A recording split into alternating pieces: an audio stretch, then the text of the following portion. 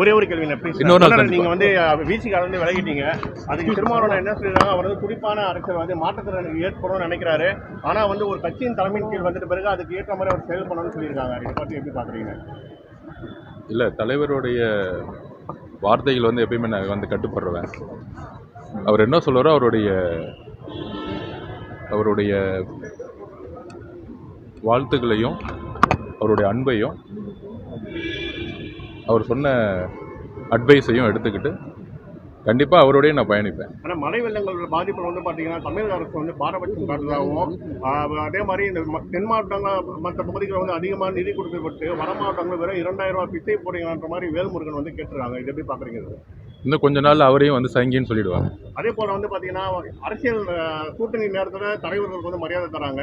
ஆனால் வெற்றி பெற்ற அமைச்சராகிட்ட பிறகு அவங்களோட உதவியாளர்களை விட்டு எங்களுக்கு வந்து கூப்பிடுறாங்க. இது வந்து ஒரு எப்படி பார்க்குறீங்க சார்? இது ஒரு வச்சிருக்காரு. கண்டிப்பாக வேல்முருகன் அவர்களுடைய கருத்துக்களை வந்து நான் உடன்படுறேன்.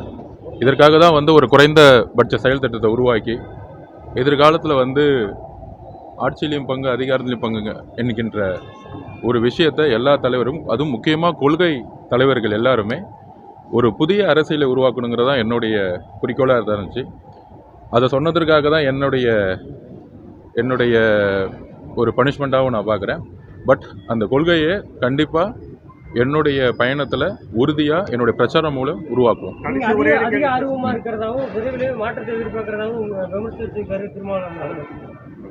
திருமாவளவனுடைய விமர்சனங்கிறது என்னுடைய ஒரு அட்வைஸாக தான் நான் பார்க்குறேன்.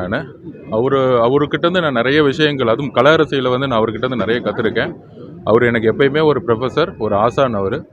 அவருடைய எப்பயுமே நான் என்னுடைய லெட்டரில் குறிப்பிட்ட மாதிரி கொள்கை சார்ந்த அரசியலில் அவரோட எப்பயுமே என்னுடைய பயணம் இருக்கும்.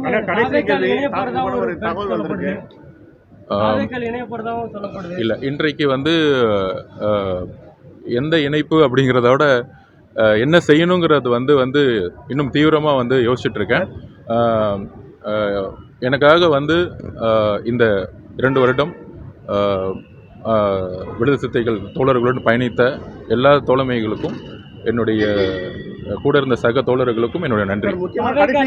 அதே போல வந்து பாத்தீங்கன்னா நீங்க வந்து பிஜேபியோட பி டீமா செயல்படுறீங்கன்னு சொல்லிட்டு நிறைய இன்னைக்கு வேல்முருகன் பேசியிருக்காரு, அவரும் பி டீமு.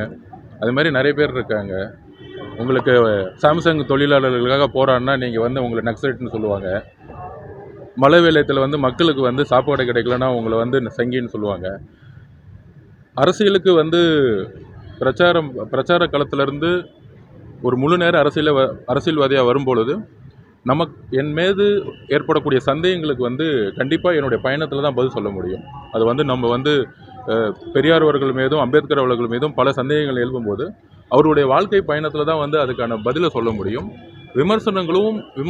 யார் விமர்சிக்காங்களோ அவங்களுக்கு நம்ம பதில் சொல்கிறத விட நம்மளுடைய பயணத்தின் மூலயமா பெரியார் அவர்களுடைய கருத்துக்களையும் அம்பேத்கர் அவர்களுடைய கருத்துக்களையும் அண்ணாவுடைய தேர்தல் அரசியலையும் புதிய மாற்றங்களையும் கொண்டு வரதுக்கான ஒரு பயணத்தை வந்து உருவாக்கும் பொழுது மக்கள் அவருடைய நம்பிக்கை முழுவதுமாக கிடைக்கும் என்கிற நம்பிக்கை எனக்கு இருக்கு.